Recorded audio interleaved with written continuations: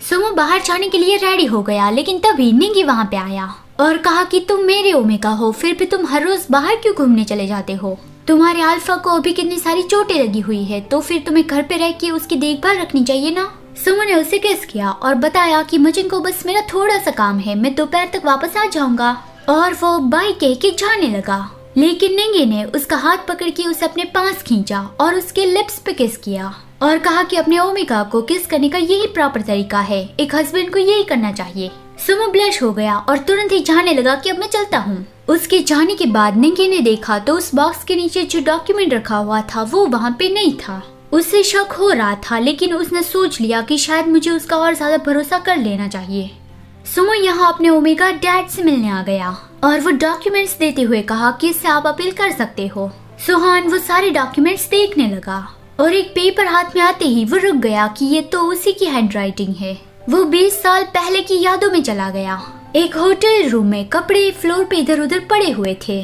सुबह सुहान की नींद खुली तो वो चादर से अपनी बॉडी कवर करने लगा, क्योंकि उसके सामने एक अनजाना पर्सन था। सुहान डर रहा था और उसने पूछा कि क्या सच में कल रात उन दोनों के बीच में सब कुछ हो गया। ये जो उसके सामने अनजाना पर्सन है उसका नाम है शैन लिनशाओ।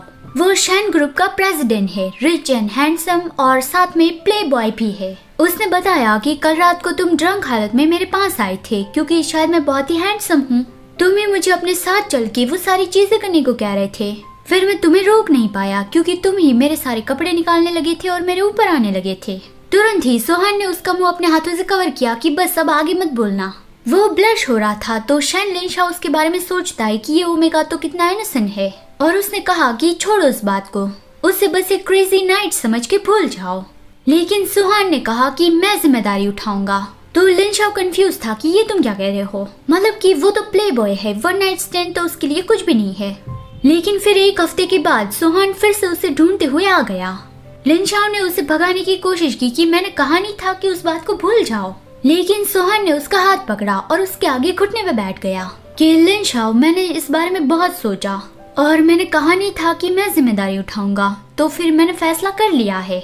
उसने रिंग के साथ उसे प्रपोज किया कि शैन लिनशाओ, क्या तुम मेरे पार्टनर बनोगे? लेकिन लिनशाओ इससे बहुत ही सरप्राइज था कि हे, ये तुम क्या कह रहे हो। तो बस इसी बात को याद करके सुहान की आंखों में आंसू आ गए।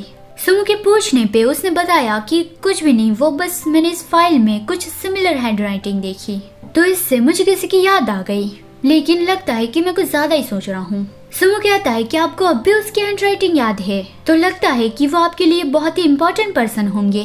सुहान अपने आंसू वाइप करते हुए कहने लगा कि सबके लिए कोई ना कोई तो इम्पोर्टेंट होता ही है। ये सुनकर सुमो का फेस रेड हो गया।